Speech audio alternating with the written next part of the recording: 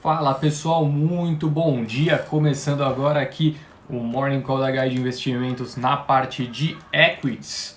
O Alejandro Ortiz já trouxe para vocês as principais notícias do cenário macroeconômico e um pouquinho do cenário político, né? Tivemos um pouquinho de notícia política nesse fim de semana, mas algumas bombas aí que deram um gás muito forte para os índices futuros lá fora, também para as bolsas europeias que já abriram nesse momento e abriram em forte alta, enfim.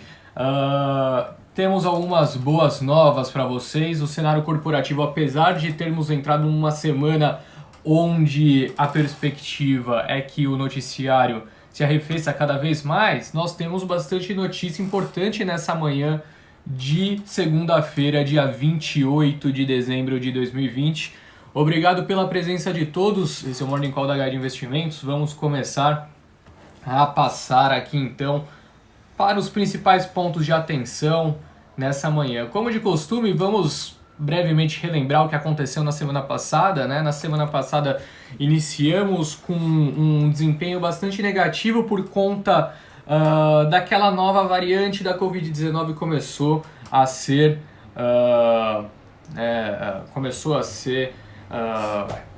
repassada, principalmente no Reino Unido, né? Já vimos alguns outros lugares, alguns outros países também com noticiário de que essa nova variante já foi encontrada. A França é o mais novo deles, então obviamente está se espalhando, é 70% mais contaminosa, né? Então é óbvio que vai acabar repassando e muito mais rápido do que a primeira. Mas o ponto de atenção, pessoal, assim, ao longo da última semana a gente viu as principais farmacêuticas falando que provavelmente suas vacinas seriam capazes de conter também essa nova variante do vírus, o que reduziu um pouquinho o risco, né? Então, conforme esse noticiário foi saindo, ativos de risco foram se recuperando mundo afora e observamos então na quarta-feira, na verdade, a bolsa fechando em alta de 1%, ganhando 1.170 pontos, fechando em 117.806 pontos, que foi o último pregão, né? Na quinta-feira até teve o índice futuro americano, né? A abertura das bolsas americanas também por algum momento, mas só meio período, liquidez baixa, né? O que importa pra gente foi esse fechamento de quarta em uma alta de 1% na bolsa brasileira. Bom, essa recuperação se deu pelos ativos que mais sofreram na segunda-feira, aqueles ativos mais suscetíveis, né? Esse noticiário negativo da pandemia. Foram, por exemplo, Petrobras, né, com a alta dependência da atividade global, os bancos também sofreram, e conforme esses ativos que sofreram bastante, né, na segunda-feira passaram a se recuperar ao longo da semana, observamos então uma recuperação gradual também da Bolsa. Agora, passar rapidamente alguns pontos que até o Alejandro já abordou, eu não vou me estender com certeza nisso, mas que são pontos que estão fazendo preço nas bolsas globais nesse momento. Então, dentre elas, pessoal, talvez o mais importante vindo da Europa, né, a União Europeia e o Reino Unido fecharam um acordo comercial pós-Brexit, algo que se desenrolava mais de 4 anos, né, não tinha chegado ainda por conta de desavenças, de certa forma até um tanto quanto curiosas, né? Por exemplo, a última que estava limitando a assinatura do acordo, ainda em 2020, era a questão relacionadas a pescas nos mares do Reino Unido, enfim, questões que, dado tudo que União Europeia e Reino Unido passaram nos últimos anos, pareciam que não seriam os grandes problemas para fazer com que esse acordo não saísse. De fato, acabou saindo, né? Trouxe um bom humor vindo ali do continente europeu. Gostei desse comentário aqui enquanto eu tava falando. Escravo do dinheiro, eu perco 70% da live com minha net lixo dentro do metrô do Rio de Janeiro. Isso acontece com todo mundo, cara, fica tranquilo. Às vezes até eu que tô fazendo tenho problema aqui, infelizmente é um gargalo brasileiro. Ainda falando sobre Europa, um noticiário positivo também vindo das vacinações, né? A União Europeia, por exemplo, começou a campanha de vacinação em massa contra a Covid-19 nos últimos dias. A Alemanha, a Hungria e a Eslováquia anteciparam, né, a aplicação de doses do imunizante produzido pela Pfizer e BioNTech. Então começaram essas vacinações ali, se eu não me engano, para a quarta ou quinta da semana passada na União Europeia, o que é extremamente positivo também para os ativos de risco. Israel divulgou uma notícia também que houve aceleração da vacinação no país e tem esperança de sair da pandemia em março, que é curioso, né? Estamos falando que a vacinação em massa talvez comece no Brasil a partir de fevereiro. Então, em março, Israel já vai estar sendo, claro, né, o tamanho do país é outro, a situação econômica é completamente diferente, mas Israel pretende já sair da pandemia, então, em março. Esse é o tipo de noticiário que a gente deve ver cada vez mais ao longo dos próximos anos, países que conseguiram imunização em massa e voltaram 100% às suas atividades econômicas, tá? Países menores da Europa devem acelerar, devem conseguir fazer isso de maneira rápida também e deve trazer também um bom humor para os ativos de risco. O Chile iniciou a vacinação aqui na América do Sul, trazendo a conversa aqui para a região, também com o imunizante da Pfizer, tá? Começou então, primeiro país aqui na América do Sul a de fato utilizar a vacinação em massa, né? Começar a vacinação em massa, foi o Chile nesses últimos dias. E o Brasil começou a se precaver por conta dessa nova variante do Reino Unido, né? Então o Brasil proibiu voos do Reino Unido a partir da última sexta-feira, a não ser que faça, né, um isolamento na casa de 10 dias para que possa então voltar a ter contato com as pessoas aqui do país.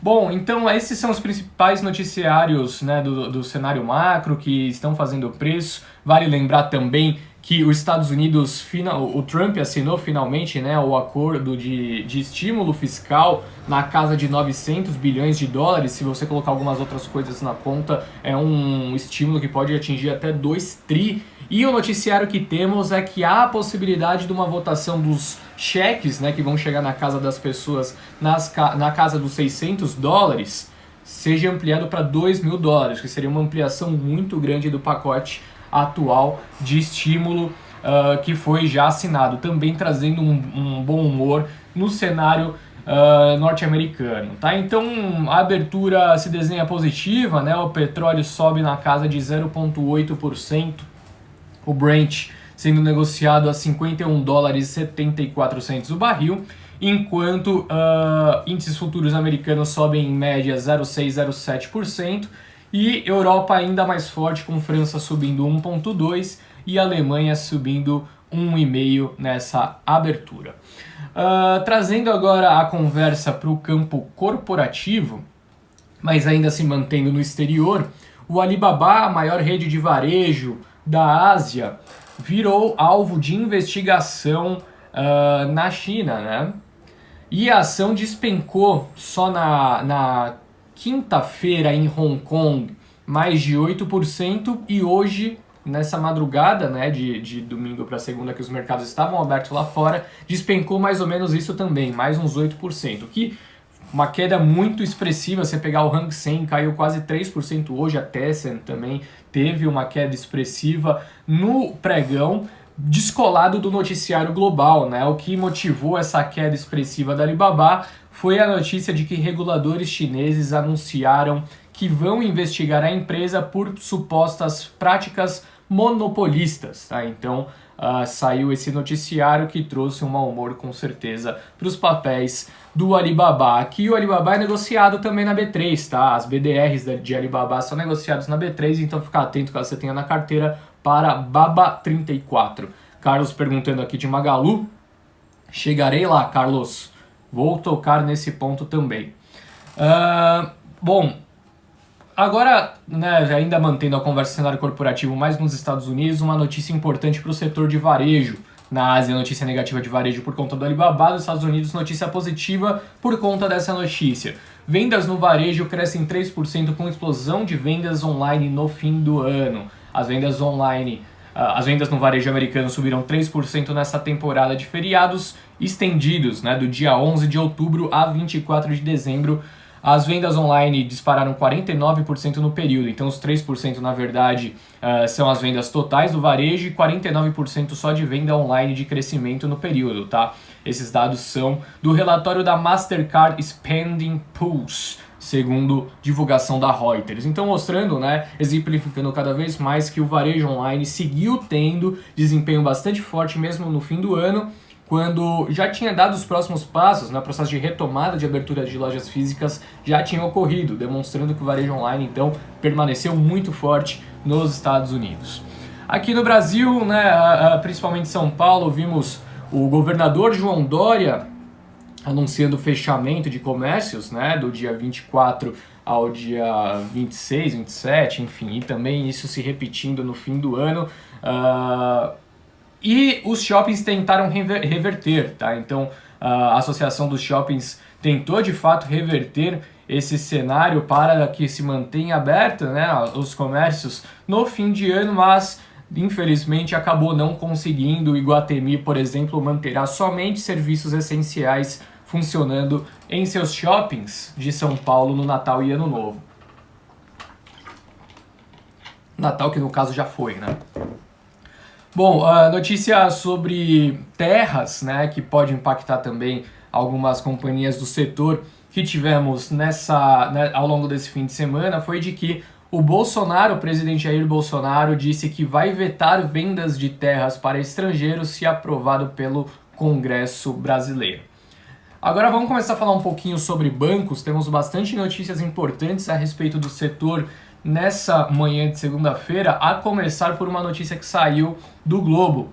A notícia divulgada por Lauro Jardim é de que o Banco do Brasil voltou a avaliar a venda de sua participação na Cielo, que traria uma pressão adicional, né, de venda nos papéis da companhia de pagamentos. Ficar bastante atento, então, caso esteja posicionado, né, no papel. Sobre Bradesco, tivemos duas notícias ao longo desse fim de semana. O Conselho de Administração do Bradesco aprovou a renovação do programa de recompra de ações. O banco, então, poderá adquirir até 15 milhões de papéis, sendo 7,5 milhões de ONs, ou seja, BBDC3, e 7,5 milhões de PN BBDC4 entre os dias 28 de dezembro deste ano, ou seja, entre hoje e dia 28 de junho de 2022. Então, podendo trazer uma pressão compradora adicional para os papéis de Bradesco, que é positivo, obviamente, para o desempenho do banco. Ainda falando sobre o Bradesco, né, o banco aprovou o pagamento de JCP no valor de 37,7 por ação ON e 0,415 por ação PN. O pagamento será concedido então aos acionistas posicionados até o dia 28, hoje, sendo a data ex-juros definida então a partir do dia 29, amanhã. Bom, ainda se mantendo no noticiário de bancos, uma outra notícia importante que saiu ao longo desse fim de semana é a respeito do CMN, né? O Conselho Monetário Nacional flexibilizou uma resolução que restringia a distribuição de resultados das instituições financeiras como pagamento de dividendos. Então, com a flexibilização, o Banco Central estima em cerca de 6 bilhões de reais o montante que poderá ser liberado para a distribuição dos resultados. Uma notícia super importante, pessoal. Os bancos estavam restritos ao pagamento de dividendos, né? Por conta dos receios quanto à performance da economia esse ano. Isso foi algo que aconteceu no exterior também. E eu vinha falando, né, em alguma das últimas nossas lives, que era um guia, da possibilidade disso ser revertido à medida que outros países já tinham começado a reverter. E é isso então que passa a acontecer, os bancos então sendo possibilitados a voltar a utilizar seus pagamentos de proventos como remuneração aos acionistas, o que é bastante positivo para as performances dos papéis. Agora, o Carlos tinha perguntado agora há pouco a respeito de Magazine Luiza, e eu vou comentar sobre essa notícia que saiu no site da revista Cruzoé, tá? Uma notícia bastante negativa aí para Magazine Luiza. Bom, segundo fontes, né, ouvidas pela revista Cruzoé, a Magazine Luiza é investigada por pagamentos a fiscais da Fazenda de São Paulo. O MPSP pediu quebra do sigilo fiscal da Magazine Luiza de 2011 a 2016 e essa investigação é um desdobramento da operação Pecúnia Non Olet. Não sei se é assim que fala, mas é o nome da operação então que está investigando a Magazine Luiza.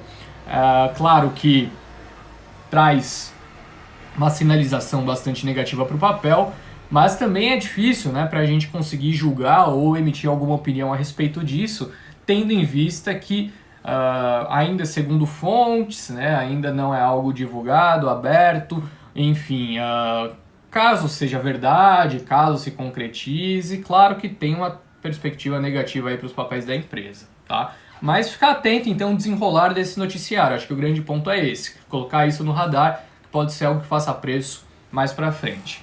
Sobre a Eletrobras, o Conselho de Administração da companhia aprovou o Plano Diretor de Negócios e Gestão de 2021 a 2025, que prevê um investimento total de 41 bilhões de reais. É uma notícia, né? Foi a aprovação que ocorreu, mas esse plano já tinha sido divulgado ao mercado há algum tempinho. Passando agora a bola para as companhias de óleo e gás, né? Iniciando com Petrobras. A subsidiária da Petro, a Biocombustível, né, assumiu com a empresa RP Participações em biocombustíveis um contrato para a venda das suas ações por 322 milhões de reais, que correspondem a 50% do capital da BS Bios. Então, a notícia vindo, né, aí de mais um desinvestimento da Petrobras em linha com o planejamento que tem sido executado já há algum tempo. Ainda sobre Petro, né, a empresa vendeu o campo terrestre na Bahia por 30 milhões de dólares. A empresa assinou então um contrato para a cessão de 12 campos terrestres de exploração e produção denominados Polo Remanso, ali então no estado da Bahia.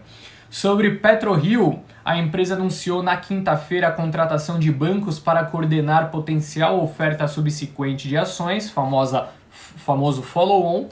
A PetroRio ressaltou que ainda não definiu nem aprovou a efetiva realização da operação, que depende de condições e aprovações societárias, mas follow-on com um objetivo, né, visando potenciais novas aquisições da PetroRio aí mais para frente. Tá? O setor está bastante aquecido nesse noticiário de M&A, ainda mais com o processo de desinvestimento que a Petrobras tem executado. Sobre a AES Tietê, a empresa acertou compra de complexos eólicos por 806 milhões de reais, assinando contrato então com a Cúbico Brasil para aquisição das sociedades de propósito específico que compõem o complexo eólico de Mato Grosso do Sul e o complexo eólico de Santos, né? Então, essas duas aquisições sendo realizadas pela AES Tietê. Bom, a Vale informou que a Samarco iniciou o processo de retomada gradual de suas operações com a retomada integrada das operações do Complexo do Germano em Mariana e Ubu no Anchieta, né, Espírito Santo. Operações reiniciadas representam 26% da capacidade produtiva da Samarco. Uma notícia de retomada operacional também positiva ali para a companhia, certo? E sobre mudanças de recomendação, inícios de coberturas, temos duas notícias, né? Na verdade, são dois reinícios de cobertura do Morgan Stanley.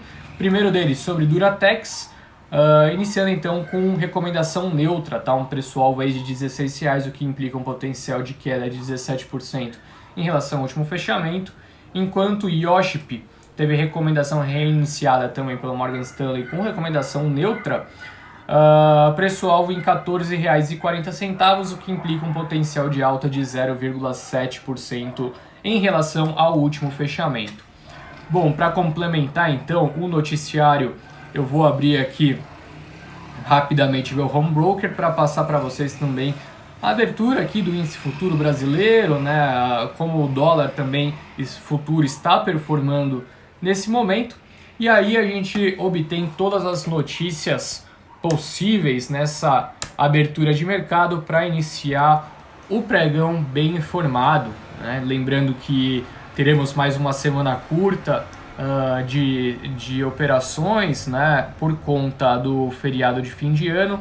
A bolsa ficará aberta até quarta-feira, tal como na semana passada, para então podermos comemorar, né, o novo ano, que acho que está todo mundo bastante ansioso por um ano novo, que seja bastante diferente desse, que as vacinas, né, se acelerem, enfim, são coisas que, claro, todos nós esperamos, mas é difícil ainda, né, projetar algo nesse sentido, dada a dificuldade da vacinação em massa no nosso país. Bom, índice futuro brasileiro, né, do Ibovespa, abriu em alta de 0,68%, sendo negociado a 118.670 pontos. Lembrando então que o Ibovespa fechou na quarta-feira da semana passada em 117.800 pontos, então há um gap de praticamente 800 pontos, né, do índice futuro para o Ibovespa. Ao mesmo tempo que o dólar abriu em queda de 0,66%, sendo negociado a R$ 5,18 nessa abertura. Essas foram as principais notícias corporativas. Vou pegar aqui 3 perguntinhas para a gente passar então para o encerramento. Vamos lá para o meio, que eu vi que foi um momento que vocês mandaram bastante coisa. Eu não consegui pegar porque eu estava falando, né? Mas vamos então pegar aqui 3 perguntinhas que vocês mandaram. O Carlos perguntou de Magalu, respondi. Carlos, sabe, algo pode justificar essa alta absurda da última semana em Aérea 3 ou foi um movimento especulativo? Se eu não me engano, os bancos começaram a iniciar cobertura também de Aeres, né? Porque antes não podiam cobrir, pois estavam participando da oferta pública, né? Do IPO. Então, a partir do momento que sai a recomendação, né? Os bancos começaram a cobrir com um upside interessante e o pessoal acaba entrando mais forte nesses papéis. Aconteceu também, por exemplo, com Enjoei, né? Com Melius, enfim. Acho que é mais ou menos nesse sentido. Bradesco, Itaú, a gente já falou aqui de bancos. Paulo Rocha, psicólogo, sempre presente também na live. 2021 promete bons dividendos nos bancos? Pode ser que sim, Paulo, mas manter no radar algo que é extremamente importante, que é o índice de inadimplência dos bancos, né? E se haverá reversão das provisões de perdas realizadas ao longo de 2020 ou não, né? Então, caso as provisões tenham sido excessivas, podemos ver até um pagamento adicional dos bancos, mas nesse patamar de preço, né, normalizando os dividendos, a expectativa é que possa pagar um valor interessante sim de dividendos, né, ainda bastante acima da Selic projetada para o fim do ano, né? Lembrando que saiu o relatório Focus nessa manhã e a Selic projetada para o fim de 2021 está na casa de 3%, se eu não me engano. E a última pergunta, né, a pergunta aqui do Wilson a respeito de TOTS. TOTS é um papel que a gente segue gostando, não tivemos noticiários, né, há pouco tempo. O setor que está bastante aquecido com fusões e aquisições, a TOTS está um pouquinho mais cautelosa nesse sentido, mas é um papel que vale lembrar, né, teve uma performance muito sólida esse ano, subiu mais de 30%, enquanto a Bolsa Brasileira sobe algo em torno de 1%, 2%, né? Então, é um papel que a gente segue sim com uma visão positiva, né? O Pix também tem tudo para auxiliar esse desenvolvimento dos papéis da empresa ao longo dos próximos anos. Embraer a gente segue cauteloso, tá, Simone? E Vale a gente segue positivo para Fran Tigrinho, que fez também as últimas 2 perguntas. Peguei aqui rapidinho só para não deixar em branco. Pessoal, um ótimo dia, ótima semana a todos. Amanhã estaremos de volta com o Morning Call da Guide Investimentos, às 8h30 com o noticiário macroeconômico e às 8h45 com o cenário corporativo. Valeu, pessoal, um bom dia a todos, ótima semana, até mais, tchau, tchau.